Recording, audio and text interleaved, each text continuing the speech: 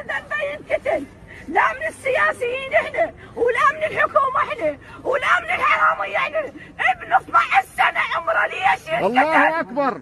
ليش ينقتل؟ يعني فضل الساعه قتلوني. 12 سنه عمره ابني. شو مسوي؟ ويا السياسيين هو. انا ما يدفن ابني على ما اروح على السيستاني. هو يسوي له حل. تسمعون؟ تسمعون؟ تسمعون؟ هو اللي يسوي له حل.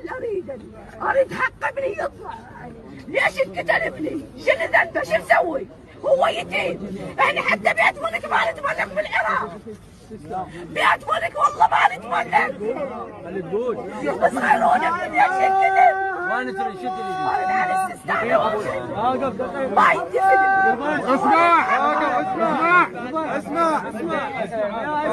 اسمع اريد حق ابني يطلع لي اروح على السيستاني. ابني ما يندفن.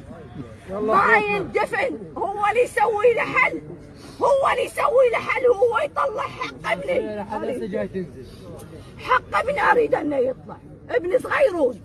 ابن صغيرون لا شيء يستحوذ. نزل الجنازه. نزلها.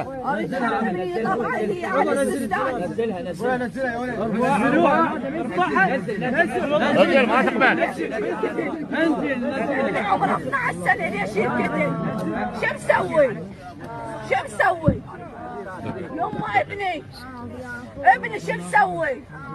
شو مسوي؟ احنا لا من السياسيين ولا من الحكومه. احنا حتى بيت ما نتملك لنا. ليش يجي يقتل ابني؟ ابني يتيم صغيرون ليش قتلوه؟ يما